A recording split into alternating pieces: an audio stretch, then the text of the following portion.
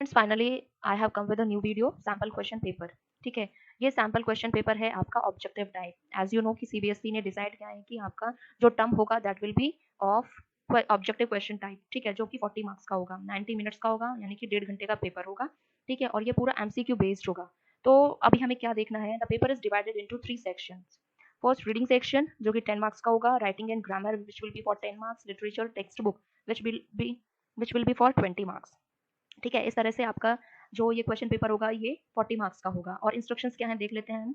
There is no negative marking, there is no overall choice, the choice is given in each section. In case of choice, if the student attempts more questions than required, only the first number of questions required will be evaluated। मतलब कि हर एक question में कुछ एक दो extra question दिए हैं, पर आपको उतने ही क्वेश्चन करने हैं जितने पूछे गए हैं। और अगर आप सारे अटेम्प्ट कर लेते हैं तो आपके फर्स्ट जो भी अटेम्प्टेड क्वेश्चन होंगे उन्हीं को ही जज किया जाएगा, उन्हीं के ही मार्क्स आपके काउंट होंगे। ठीक है, तो ये बात आपको ध्यान में रखनी है।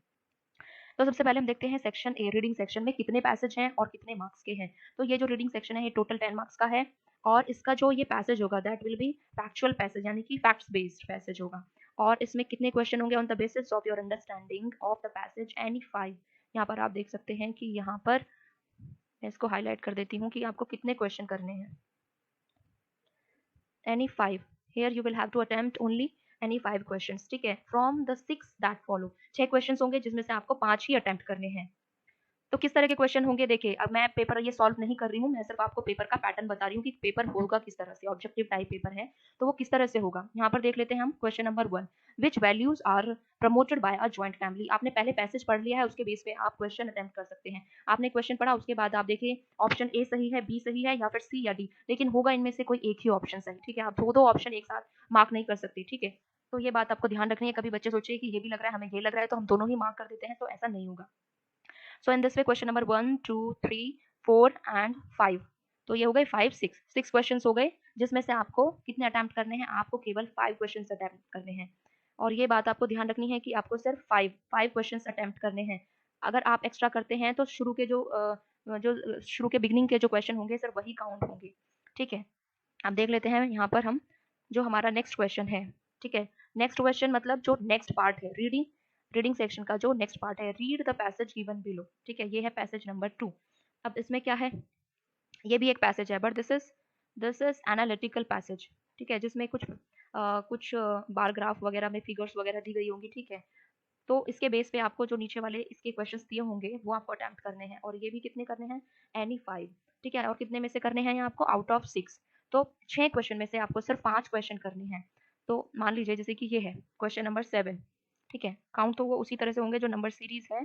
तो ये है, आप ये हो गया 1, 2 इस पैसेज के लिए, 1, 2, 3, 4, 5 और 6।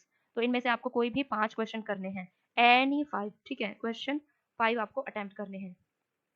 उसके बाद हम बात करेंगे राइटिंग एंड ग्रामर की। सबसे ज़्यादा मेन इंपॉर्टेंट ये है, क्योंकि रीडिंग पैसेज का तो हमें पता है, हमने जो प्रीवियस पेपर्स अटेम्प्ट किए हैं। ठीक है, और हम लोगों ने जो बनाए हैं उसमें एमसीक्यू बेस्ड हमने रखा है। बट राइटिंग में कैसे एमसीक्यू है, this is very very new topic for students. ठीक है, बच्चों के लिए बहुत नया है कि राइटिंग और ग्रामर में भी एमसीक्यू बेस्ड हो जाता है, बट राइटिंग में एमसीक्यू कैसे हो सकता है। तो आप देख लेते हैं कि राइटिंग के एमसीक्यू क्वेश्चन कैसे होंगे, और ये आपको कितने अटेम्प्ट करने हैं, राइटिंग एंड ग्रामर। ठीक है, 5 नंबर का आपका यहाँ पर राइटिंग सेक्शन होगा और 5 नंबर का होगा आपका ग्रामर। ठीक है, इस तरह से ये दोनों मिला के हैं यहाँ पर आपके 10 मार्क्स।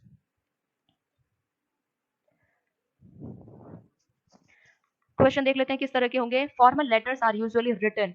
ठीक है, तो अब आपको ना बहुत डीपली पता होना चाहिए राइटिंग सेक्शन की, एक लेटर लिखते हुए हमें किन किन बातों का ध्यान। फॉर्मल लेटर्स किनको कहते हैं, क्लोज रिलेटिव्स को जो लिखे जाते हैं, या फिर official editors, business firms, dear friends, NGOs, किनको हम फॉर्मल लेटर लिखते हैं। तो अब आपको ये लग रहा होगा कि ये और ये क्लोज रिलेटिव्स, डियर फ्रेंड्स, ये तो लेटर लिखे जाते हैं, इनफॉर्मल होते हैं जिनको हम ये लिखते हैं। लेकिन यहाँ पर ऑफिशियल्स, एडिटर्स, बिजनेस फर्म्स और एनजीओज। ठीक है, एनजीओज क्या होते हैं, ये वाली जो फुल फॉर्म होती है ये आपको पता है। अगर आपको नहीं पता तो आप खुद सर्च कीजिए कि एनजीओज की फुल फॉर्म क्या होती है। ठीक है, तो इस तरह के क्वेश्चन होंगे। अभी आंसर मैं आपको नहीं बता रही हूँ। In a formal letter the writer's address may be written. ठीक है, तो कैसे क्या, on the right hand corner, on the centre of the page, on the left hand corner, at the top, all of the above. तो इस तरह से आपको इसमें से कोई भी एक ऑप्शन चूज करना है। Language is a formal letter should भी कैसी होनी चाहिए, सिंपल होनी चाहिए, ईजी होनी चाहिए। अब ईजी और सिंपल में क्या फर्क है, दोनों तो एक जैसे ही होते हैं मीनिंग। डायरेक्ट होनी चाहिए, ऑल ऑफ द अबव। ठीक है, तो आपको चारों में से एक ऑप्शन, तो हमारा हमारा जो आंसर है वो ये भी हो सकता है। मैं आपको इस वीडियो में आंसर नहीं बता रही हूँ, मैं सिर्फ आपको एक पेपर का पैटर्न बता रही हूँ कि किस तरह से। ठीक है, question number 16, subscription is now preferably written at the bottom of the letter. ये चारों ऑप्शन है, इनको पढ़ लीजिए। और फिर अब नेक्स्ट क्वेश्चन देखते हैं, फॉर्मल लेटर्स आर रिटन। ठीक है, तो इस तरह के आपका क्वेश्चन पेपर होगा। Question number 18, unlike formal letters not be brief to the point relevant elaborative. कैसा नहीं होना चाहिए, ये भी ध्यान रखना है आपको कि कैसा होना नहीं चाहिए। ठीक है,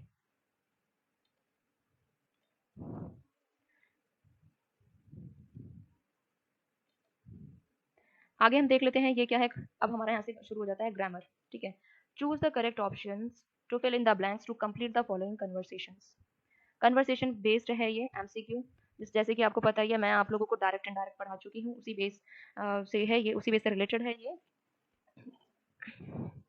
can I can I have small bottles of tomato sauce? Shopkeeper, sorry I have only big bottles. पहले आपको ये स्पीचेस जितनी भी है ना, ये स्पीच आपको पढ़नी है डायरेक्ट इनडायरेक्ट की, और उसके बाद आपको ये फिल करके यहाँ से ऑप्शन चूज करना है कि आपको क्या लगता है। Customer asked the shopkeeper if I if could I if could I और if could be, if he could have और इफ ही कैन बी। तो आंसर आपको चूज कीजिए। तो इस तरह से ग्रामर होगी आपकी।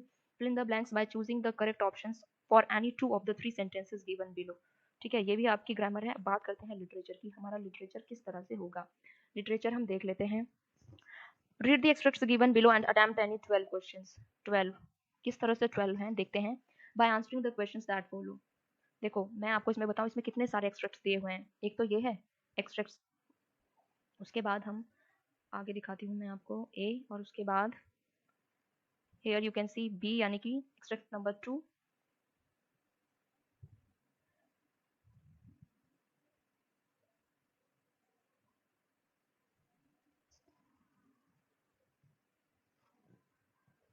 एक्सट्रैक्ट नंबर 3, एक ये है आपका एक्सट्रैक्ट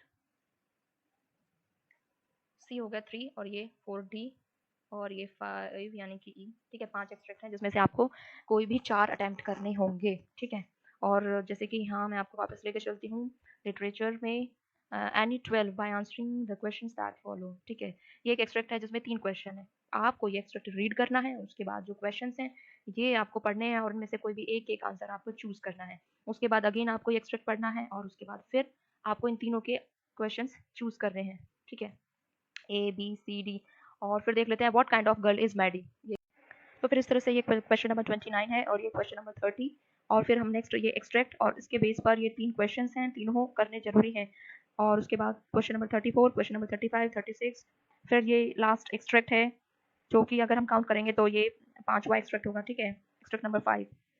और उसके बेस पे ये 3 क्वेश्चन हैं, तो आपको क्या है, कितने क्वेश्चन हो गए, अगर आप 5 इंटू 3 करते हैं तो 15 हो गए। लेकिन क्या है, आपको सिर्फ 12 क्वेश्चन अटेम्प्ट करने हैं, यानी कि फिर आपको सिर्फ 4, ये 4 एक्सट्रैक्ट्स चूज करने होंगे, कोई भी 4। ठीक है, now come to that part, this is the last part, okay, and this last part,